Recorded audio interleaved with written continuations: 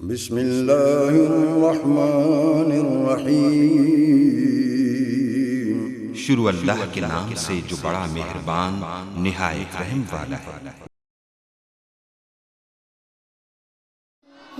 رب کو پیارے رب راضی ہے نہاتے، ان رب کو پیارے رب راضی ہے نہاتے، ایویں پیر چوم دے اسی اللہ والیاں دے، ان رب کو پیارے رب راضی ہے ناتے، ایویں پیر چوم دے اسی اللہ والیاں دے، ان رب کو پیارے خالق دی کل خدائی اے اناد بادشاہی، خالق دی کل خدائی اے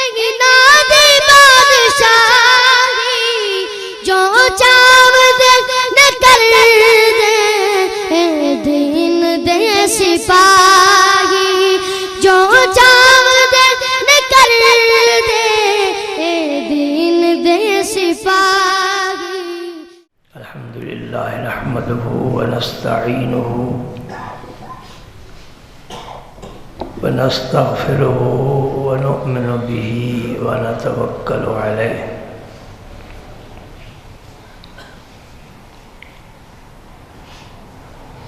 ونعوذ باللہ من شرور انفسنا ومن سیئات اعمالنا، من یہدہ اللہ فلا مضل لہ ومن یضلل فلا ہادی لہ،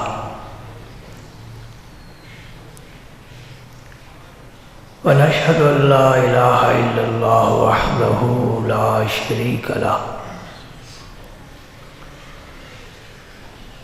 ونشہد ان سیدنا و مولانا محمدا عبدہ ورسولہ،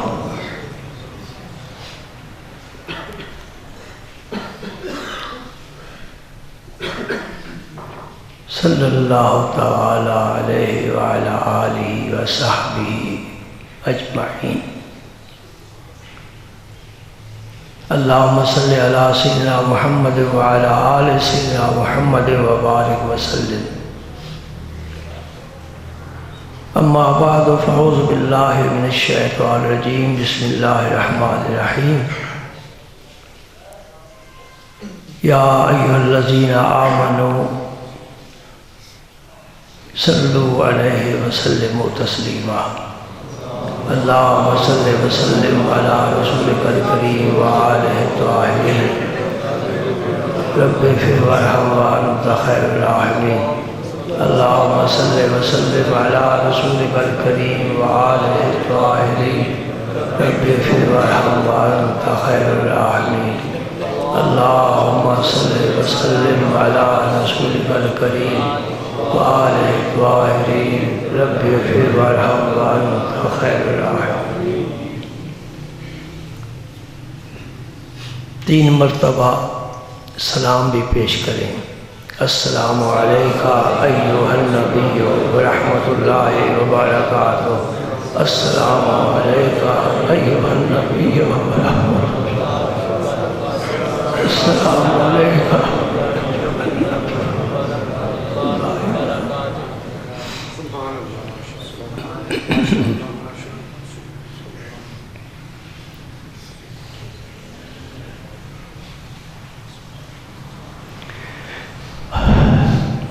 حضور پر نور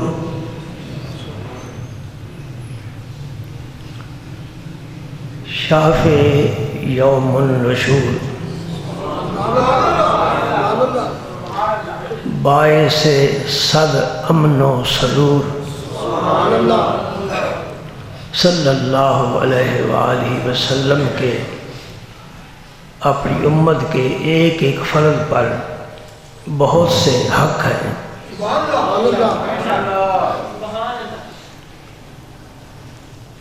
میں نے عرض کیا تھا کہ سب سے پہلا حق حضور کا آپ کی ذات بابرکات پر ایمان لانا. اس طرح ایمان لانا جس طرح شریعت مطہرہ کا تقاضا ہے. صرف آپ کو اللہ کا رسول نہیں سمجھنا، آپ کو اللہ نے جو اوصاف عطا فرمائے ہیں ان سب کا اعتراف کرنا اور آپ کو خاتم النبیین تسلیم کرنا. نبوت آپ پر مکمل ہوئی ہے، اس لیے آپ خاتم النبیین ہیں. نبوت آپ پر مکمل ہوئی ہے. جب کوئی چیز مکمل ہو جائے پھر اس کے بعد کوئی گنجائش نہیں رہتی. آپ قرآن پاک کی تلاوت شروع کرتے ہیں، پہلا پارہ دوسرا تیسرا پڑھتے چلے جاتے ہیں، جب والناس کر لیتے ہیں قرآن مکمل ہو گیا. اس سے آگے کوئی قرآن نہیں ہے. میری بات سمجھنا، غور کرنا. ایک بدیہی چیز ہے، دلیل کی ضرورت ہی نہیں ہے. قرآن مکمل ہو گیا، اب آگے قرآن کی کوئی صورت، کوئی عید، کوئی لفظ نہیں ہے. حضور پر نبوت مکمل ہو گئی، اس کے بعد کسی نبی کی کوئی گنجائش ہی نہیں.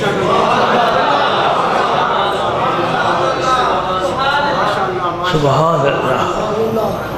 تو ہمیں اللہ نے وہ نبی دیا ہے جو سب نبیوں کا سردار ہے، وہ نبی دیا ہے جو خاتم النبیین ہے.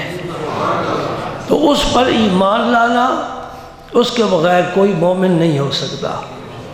دوسرا حق یہ ہے کہ اب اس کا شکریہ ادا کرنا ہے. وہ درود و سلام کی صورت میں درود پاک پڑھیں، سلام پیش کریں، کرتے رہیں، کرتے جائیں. اللہ اکبر، اللہ اکبر.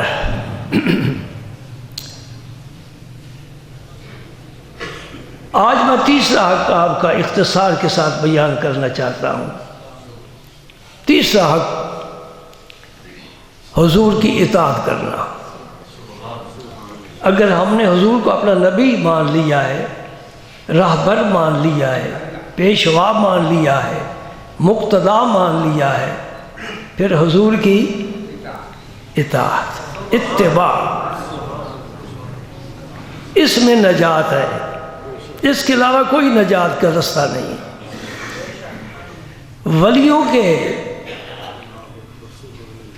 پیشوا ہے جنید بغدادی. انہیں اولیاء کرام سید الطائفہ کہتے ہیں. سید الطائفہ کا معنی یہ ہے کہ ہم ولیوں کا جو گروہ ہے اس کے یہ سردار ہے. سردار جو بات کہہ دے وہ پوری قوم کی ہوتی ہے. انہوں نے کیا فرمایا؟ وہ فرماتے ہیں الطرق کلها مسدودۃ الا من اقتفى اثر الرسول صلی اللہ علیہ وآلہ وسلم. وہ فرماتے ہیں جتنے راستے بھی اللہ تعالیٰ کی طرف جاتے تھے وہ سارے بند ہو چکے ہیں. ایک راستہ باقی ہے جس پر میرے رسول کے نقش پا ہے. جہاں سے حضور گزرے ہیں اور اپنے قدم مبارک کے نقش اور نشان چھوڑ گئے ہیں، جو اس راستے پر چلے گا وہ منزل کو پائے گا. اس کے علاوہ یہودیت، عیسائیت، ہندو مذہب، سکھ مذہب، دنیا کے سارے مذاہب ختم، ایک باقی ہے. اس لیے ہماری اب مجبوری ہے، اگر جنت کے دروازے میں داخل ہونے کی خواہش ہے تو پھر اس راستے پر چلیں جو راستہ جنت کو جاتا ہے، اور وہ راستہ رسول اللہ کا ہے. بات سمجھ آ رہی ہے؟ سادی صاحب فرماتے ہیں بکابہ نہ رسی اے عرابی، ترسم کے بکابہ نہ رسی اے عرابی کی راہ کے تو میں روی بترکستان است. ہم اپنی ماحول کے مطابق بات سمجھاتے ہیں. کعبہ ادھر ہے اور انڈیا ادھر ہے، ایک آدمی ادھر انڈیا کی طرف جا رہا ہے تو ہم کہیں گے بھائی تو کسی دن بھی کعبے کو نہیں پہنچ سکتا، اس لیے کہ تو نے سمت مخالف اختیار کی ہے۔ کعبے کو اگر پہنچنا ہے تو پھر سیدھا ادھر چل، بات سمجھ گئے؟ تو جنت کو جو راستہ جاتا ہے وہ صرف رسول اللہ کا نقش پا تلاش کرو صلی اللہ علیہ وآلہ وسلم۔ خود میرے آقا نے فرمایا، یہ میرے پاس حدیث پاک کی کتاب ہے، کل امتی یدخلون الجنہ، امت سے مراد امت اجابت ہے۔ ایک امت دعوت ہوتی ہے، اس میں یہودی، عیسائی، سکھ، ہندو سب شامل ہیں۔ ایک امت اجابت ہے جنہوں نے حضور کو اپنا نبی مانا ہے، کلمہ پڑھا ہے۔ تو فرمایا خوشخبری سن لو، میری امت کا ہر فرد جنت میں جائے گا۔ کل امتی، سبحان اللہ، کل امتی یدخلون الجنت الا من ابا، وہ شخص نہیں جائے گا جس نے انکار کیا۔ قیل ومن ابا، آپ سے سوال کیا گیا یا رسول اللہ انکار کا کب، کیا مطلب ہے، کس نے انکار کیا؟ اب سنو، پھر سبحان اللہ کہنے کا موقع ملے گا۔ فرمایا من اطاعنی دخل الجنہ ومن عصانی فقد ابا، مجھے اس نے مانا ہے جس نے میری پیروی کی ہے، اور جس نے میری پیروی نہیں کی اس نے میرا انکار کیا ہے۔ بات سمجھے نہیں سمجھے؟ معلوم ہوا کہ حضور کو ماننے کا مطلب یہ ہے حضور کی پیروی کرنا۔ کس طرح پیروی کرنا؟ ابھی میں نے کتاب نہیں کھولی، شاید پھر موقع بھی نہ ملے۔ حضور کی کس طرح پیروی کرنا؟ آپ سب نے پڑھا ہوا ہے، جانتے ہیں، علماء سے سنا ہوا ہے کہ قبل علیہ السلام اہل عرب شراب پینے کے عادی تھے، فسق و فجور کے عادی تھے۔ شرک سے بڑا کوئی گناہ نہیں، تو شرک گھر گھر میں، کعبے میں جب بت جمع کیے ہوئے ہیں، سینکڑوں بت، ان کی پوجا ہو رہی ہے، ہر قبیلے کا بت ہے، شراب پینے کے عادی تھے۔ اور یہ بھی ہم سمجھتے ہیں کہ کوئی بھی عادت ہو اس کا چھوڑنا بڑا مشکل ہوتا ہے۔ اگر ایک آدمی سگریٹ کا ہی عادی ہے، حکے کا عادی ہے، نہیں چھوڑ سکتا، بہت مشکل ہے۔ کوئی چھڑانے والا ہو تو الگ بات ہے۔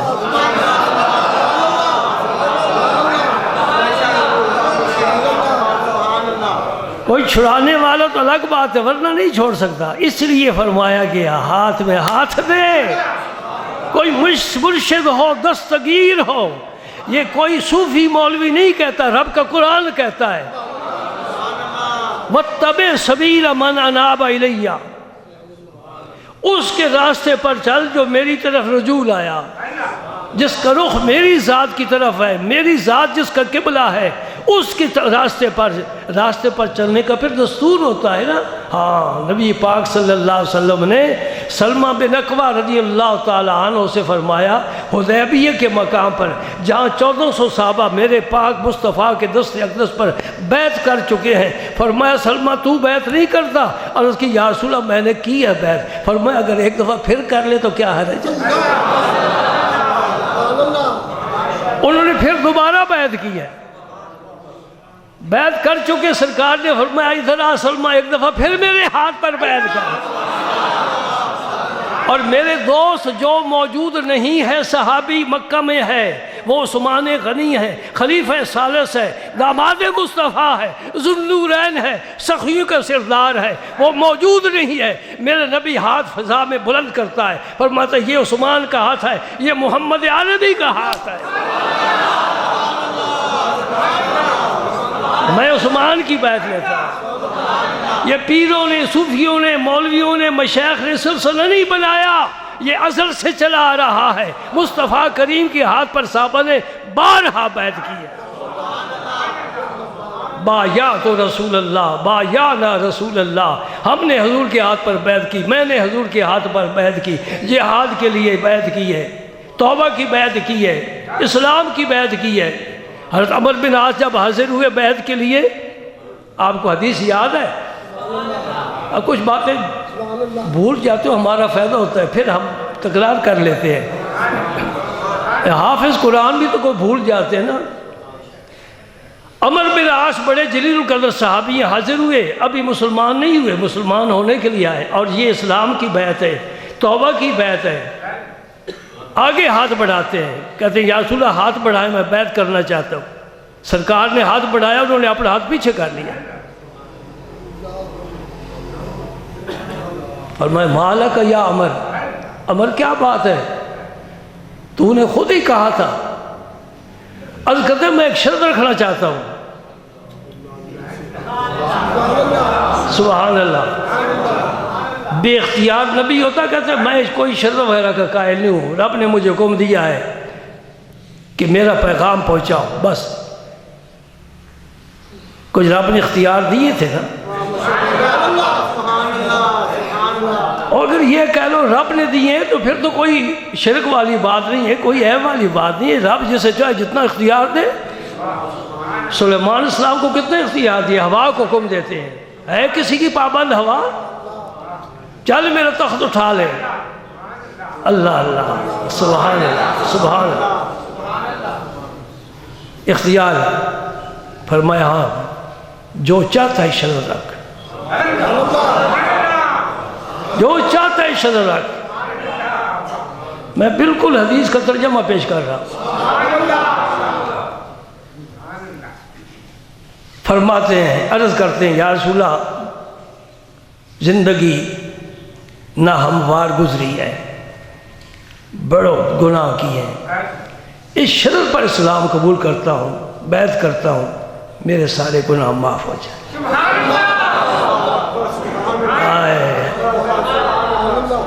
بتوں کو پوجنے والا کس فکر میں ہے؟ ہم ماں کی گود سے کلمہ لے کر آئے ہیں، ہمیں یہ فکر نہیں ہے کہ ہماری آخرت بہتر ہو جائے۔ کتنے لوگ آتے ہیں دعا کے لیے، بس صرف دنیاوی مقاصد، کبھی کسی نے یہ نہیں کیا دعا کریں آخرت بہتر ہو جائے، آخرت بہتر، آخرت کی فکر ہی نہیں ہے۔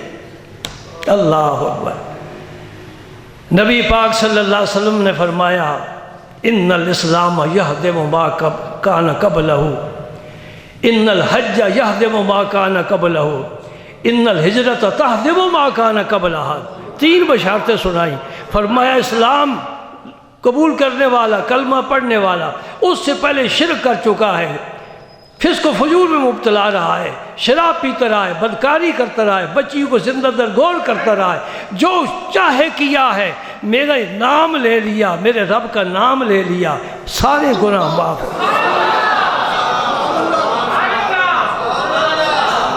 کوئی شرط نہیں کہ نماز پڑھ تب گناہ معاف ہوں گے، نہیں۔ فرمایا ان الاسلام یہدم، اسلام کیا ہے؟ ان تؤمن باللہ ورسولہ، اللہ پر ایمان اور اللہ کے رسول پر ایمان۔ سبحان۔ فرمایا حج بھی ہے، حج یہ بھی ایسا عمل ہے کہ پہلے سارے گناہ معاف ہو جاتے ہیں۔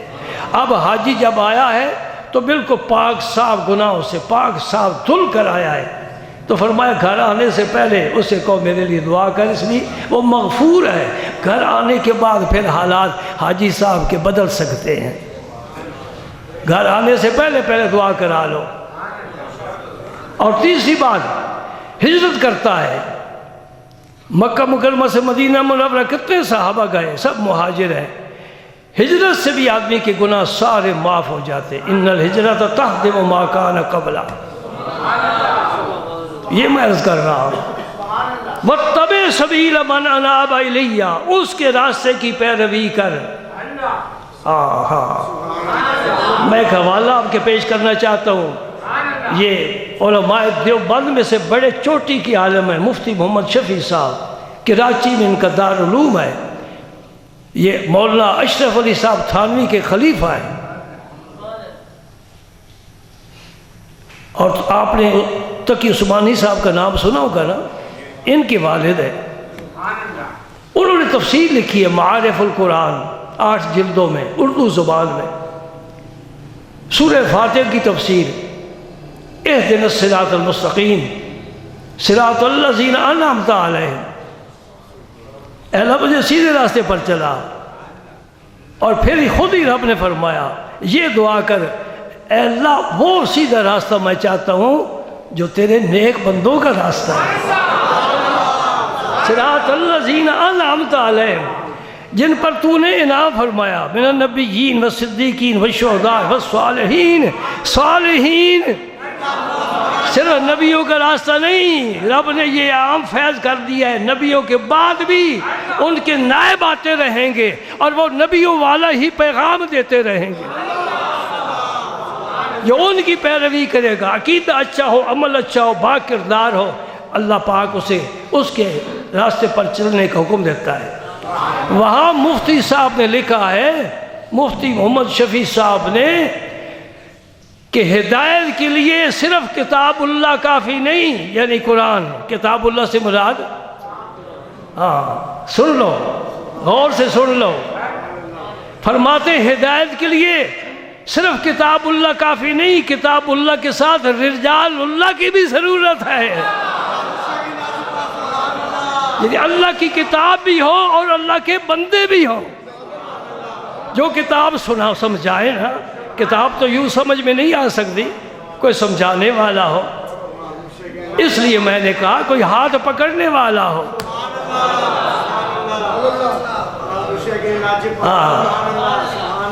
لو جی، اقبال کوئی مولوی تو نہیں ہے نا، علامہ اقبال، ڈاکٹر اقبال کوئی مولوی تو نہیں ہے، کسی مسجد کا امام خطیب تو نہیں ہے نا۔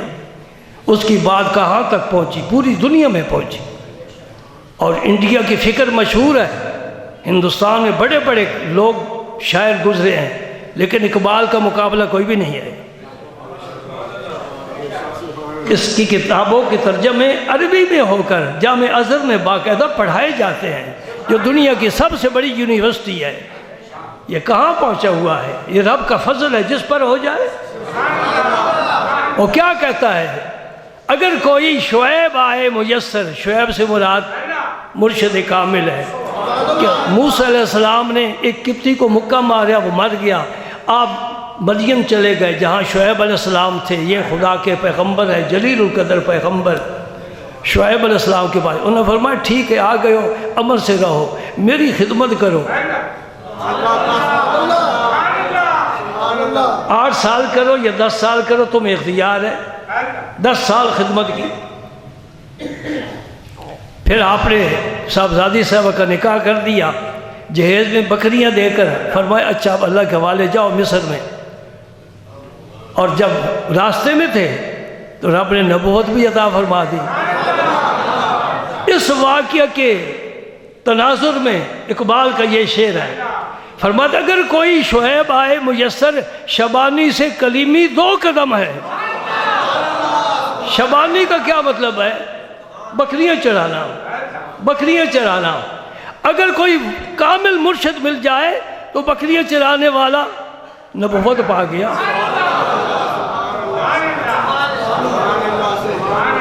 یوں ہی ڈنڈا لے کر پیروں کے پیچھے بھی نہ لگا کر نا، کچھ لوگوں کی عادت ہے درباروں کے خلاف بولتے رہنا۔ مکہ مکرمہ میں ایک نوجوان مجھے ملا، کہنے لگا داتا دربار پر تو جوا کھیلا جاتا ہے۔ میں نے کہا سبحان اللہ سبحان اللہ، کوا مردار ڈھونڈ لیتا ہے، بلبل کو مردار نظر نہیں آتا۔ میری بات پر توجہ کرنا، بلبل کو مردار نظر نہیں آتا اور کوے کو پھول نظر نہیں آتا۔ میں کہتا تو نے اینک وہ لگائی ہوئی ہے جو جوا دکھاتی ہے، ہم نے اینک لگائی ہے کہ وہاں قرآن پڑھ رہے ہیں، نفل پڑھ رہے ہیں، دعائیں مانگ رہے ہیں۔ اس کا مطلب ہے تو اپنی نظر کا علاج کر، کسی ڈاکٹر سے صحیح نظر ٹیسٹ کرا، صحیح نمبر لے، صحیح اینک لے، انشاءاللہ ٹھیک نظر آئے۔ اور تم جاتے ہو دربار پر، داتا صاحب کے دربار پر، کبھی کیس دیکھا ہے کہاں 10 آدمی بیٹھ کر جوا کھیل رہے ہو؟ الحمدللہ ہم تو جب بھی جاتے ہیں بیٹھ کر قرآن پڑھنے کا موقع نہیں ملتا تو کھڑے ہو کر پڑھ رہے ہوتے ہیں۔ نوافل پڑھنے والے پڑھ رہے ہیں، پیچھے انتظار میں کھڑے ہیں، جگہ ملے تو ہم پڑھیں۔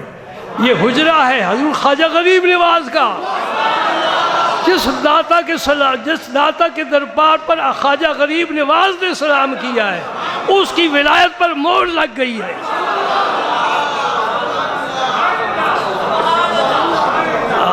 اور پھر کیا فرما، گنج بخش فیض عالم مظہر نور خدا، نا کے سارا پیر کامل کاملارا رہنما۔ کیا میں عرض کر رہا ہوں، وَاتَّبِعْ قرآن پیش کر رہا ہوں، وَاتَّبِعْ سَبِيلَ مَنْ أَنَابَ إِلَيَّ، جو میری طرف رجوع رکھتے ہیں نا، سجدے مجھے کرتے ہیں، دعائیں مجھ سے مانگتے ہیں، مجھے پکارتے ہیں، اس کے راستے پر، اس کے راستے پر۔ اور پھر ساتھ خبردار کر دیا، وَلَا تُطِعْ مَنْ أَغْفَلْنَا قَلْبَهُ عَنْ ذِكْرِنَا وَاتَّبَعَ هَوَاهُ وَكَانَ أَمْرُهُ فُرُطًا۔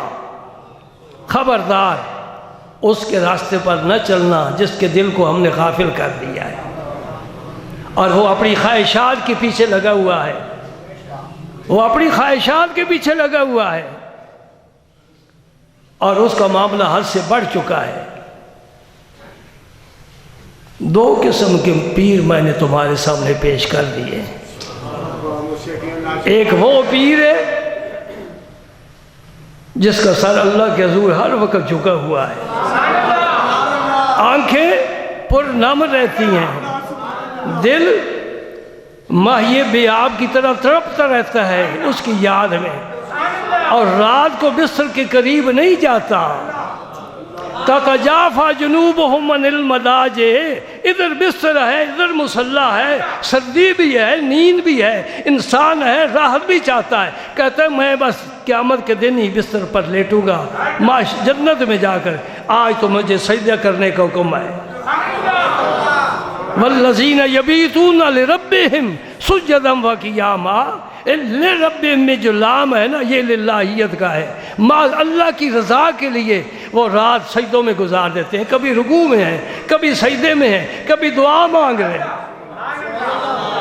ایک وہ پیر ہے، اس کا دربار ہے، وہ مرشد ہے، وہ کامل ہے۔ اس کے بعد اقبال نے کہا ہے، نہ پوچھ ان خرقہ پوشوں کی، ارادت ہو تو دیکھ ان کو، ید بیضا لیے بیٹھے ہیں اپنی آستینوں میں۔ یہ حق والے ہیں، یہ سچے ہیں، سچے ہیں، ستھرے ہیں، ان کے پاس بیٹھے گا رب کی یاد آئے گی، ان کو دیکھے گا، چہرہ دیکھے گا، رب کی یاد ہے۔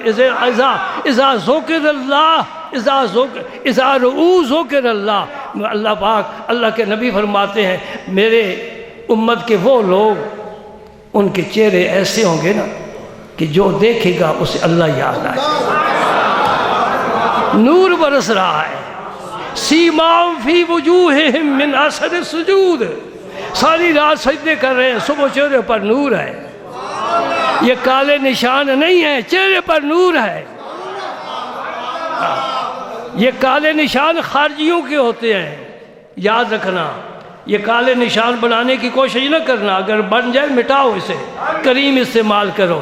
کسی صحابی کے چہرے پر نشان نہیں تھا، میں نے کتنے ولیوں کی زیارت کی ہے، اللہ کی قسم کسی کے چہرے پر کالا نشان نہیں تھا، البتہ چہرے چمکتے تھے چاند کی طرح۔ یہ بیماری کہاں سے آ گئی؟ حضرت ابو الدرداء صحابی ہیں نبی پاک صلی اللہ علیہ وسلم کے، ابو الدرداء یہ صف اول کے صحابی ہیں، انہوں نے ایک شخص کے چہرے پر یہ سیاہ داغ دیکھا تو فرمایا یہ نہ ہوتا تو بہتر تھا، یہ نہ ہوتا نا بہتر تھا۔ قرآن کہتا ہے سیماؤں فی وجوہہم، چہروں پر، پیشانی پر نہیں فرمایا، فی جباہہم نہیں ہے کہ ان کی پیشانیوں پر کالے نشان ہوں گے، نہیں، سیماؤں فی وجوہہم من اثر السجود، سجدے کرتے رہے رات کو اور صبح ان کے چہرے پر نور ہوگا، دیکھنے والا کہے گا۔ حضور محبوب الہی رضی اللہ تعالیٰ عنہ جب صبح محفل میں تشریف فرما ہوتے تھے اور بڑے بڑے علماء، صوفیاء، صلحاء، اتقیاء، اشقیاء حاضر خدمت ہوتے تھے. فرماتے ہم آپ کی آنکھوں میں خمار دیکھتے تھے، چہرے پر نور دیکھتے تھے.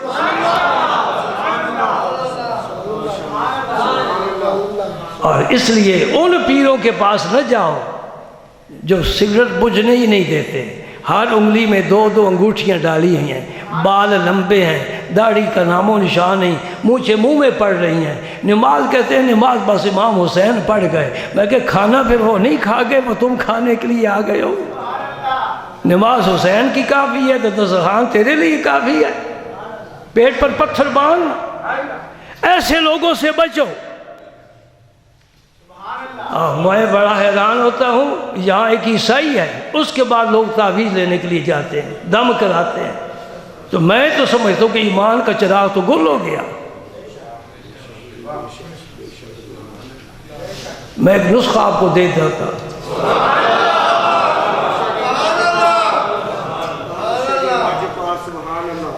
تفسیر میں ہے، حضرت محمد بن سماک رضی اللہ تعالیٰ عنہ پائے کے بزرگ تھے. آج میرا موضوع نہیں چل سکا، آپ بیمار ہو گئے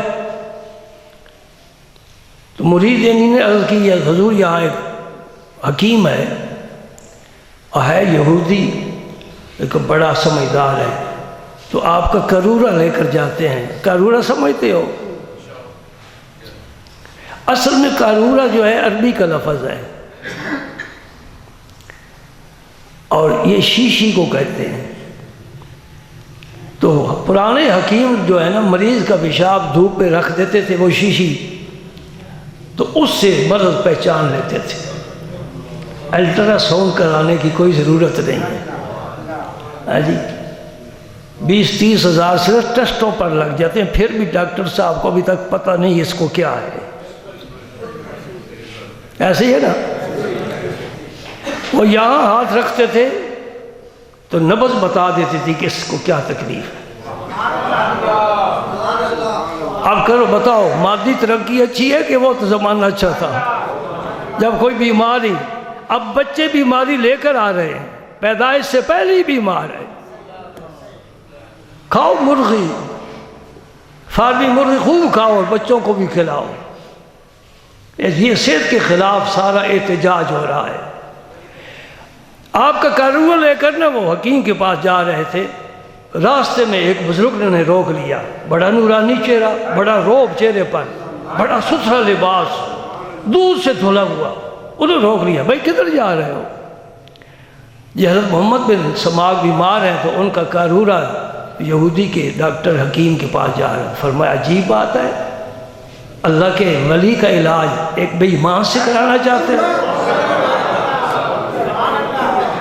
دوستوں کوئی سوچ کر گھر سے نکلے کرو، یوں ہی نہ نکل کھڑا ہوا. کوئی سوچ کر، کسی سے پوچھ کر، کوئی راستہ دکھانے والا. فرمایا تم نے کیا کیا ہے؟ وہ اللہ کا ولی ہے، اس کا کارورہ تو لے جا رہا ہے، علاج ایک یہودی بے ایمان سے کرانا چاہتا ہے. حضور نے فرمایا لا شفا فی الحرام، حرام چیز میں شفا ہی نہیں ہے. اور جو خود حرام ہو، جس کا وجود ہی حرام ہو، اس کے پاس شفا کیا ہے؟ واپس چلے جاؤ اور انہیں جا کر میرا سلامی پہنچاؤ اور انہیں کہو جہاں تکلیف ہے نا وہاں ہاتھ پھیرتے رہو. اور یہ قرآن پاک کی یہ آیت کا ایک حصہ ہے، وَبِالْحَقِّ أَنزَلْنَاهُ بِالْحَقِّ نَزَلَ. یہ نسخہ ہے بڑا قیمتی، میں آپ کو دے رہا ہوں. یہ میرا مجرب ہے، میں نے بارہا تجربہ کیا ہے. فرمایا انہیں کہو یہ بھی پڑھتے رہو وَبِالْحَقِّ أَنزَلْنَاهُ وَبِالْحَقِّ نَزَلَ، اور خود ہی دم کر دو، انشاءاللہ تکلیف دور ہو جائے گی. وہ واپس چلے گئے. عرض کرتے ہیں حضور ہمیں ایک بزرگ ملے تھے، انہوں نے واپس بھیج دیا ہے اور انہوں نے یہ سلام بھی بھیجا ہے اور ساتھ یہ پیغام دیا ہے.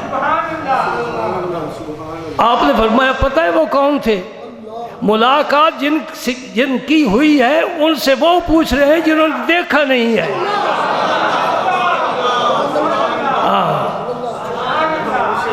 آپ نے پوچھا پتہ ہے وہ کون تھے؟ جی نے ہمیں تو نہیں پتا. فرمایا وہ خضر علیہ السلام تھے. خضر علیہ السلام کی ڈیوٹی ہے اس امت کے ولیوں کی خدمت کرنا. اسے کوئی نبی مانے یا ولی مانے، اللہ نے خدمت لگا رکھی ہے. میرا ولی جہاں ہوگا اسے تیری ضرورت ہوگی. خضر تو نے پہنچ رہا ہے.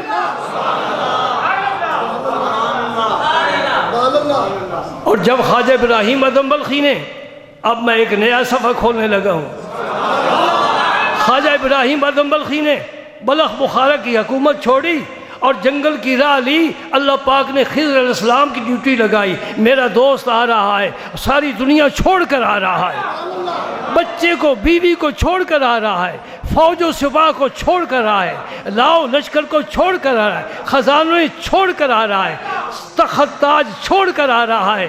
پھر اس کو مجھے بڑا پیارا لگ رہا ہے. خضر تیری ڈیوٹی ہے، اس کو آتی سب سے پہلے اسم اعظم سکھا.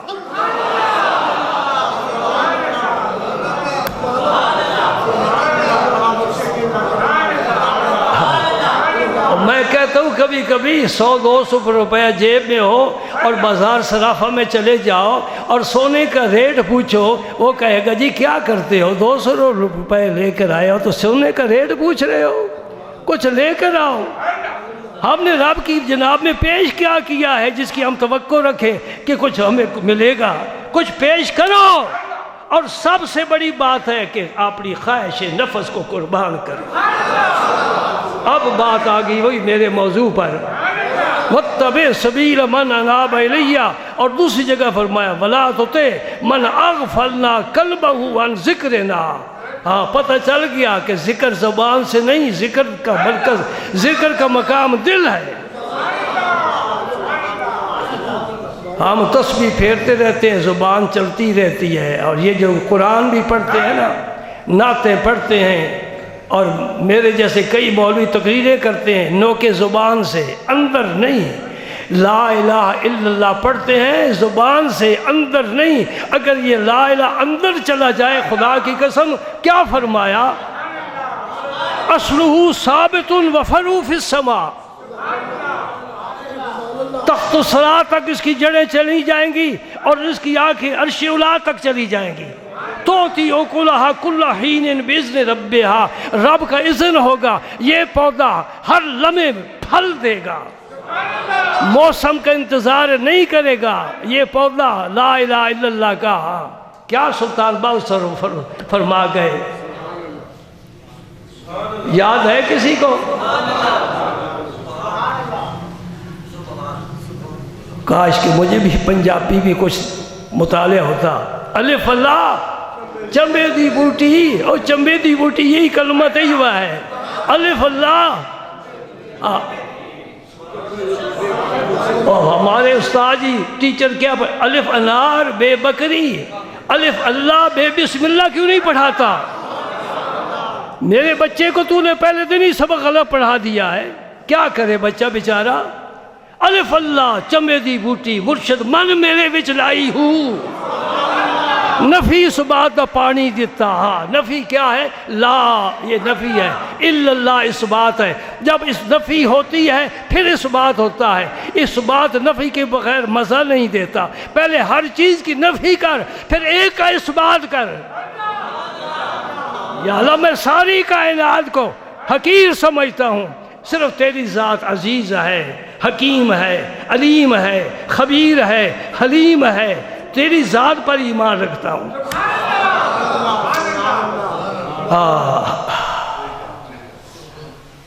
بھئی آدھ گھنٹہ ہم بیٹھے ہیں، آدھ گھنٹہ کیا حاصل ہوا؟ بولو نا. آدھ گھنٹے میں کیا حاصل ہوا؟ ایک ہی سبق، ایک ہی سبق کہ جس ذات پاک کا کلمہ پڑھتے ہیں ان کی اطاعت کریں، ان کے راستے پر چلیں، ان کی پیروی کریں، ان کی سنیں، سنائیں، مانیں، منوائیں. یہ اس امت محمدی پر بوجھ ہے، یہ امر بالمعروف اور نہی عن المنکر کا، اور سرکار کے حکم پر چلنا، ایک ایک اشارے پر چلنا. اللہ اللہ اللہ اللہ. باقی انشاءاللہ آئندہ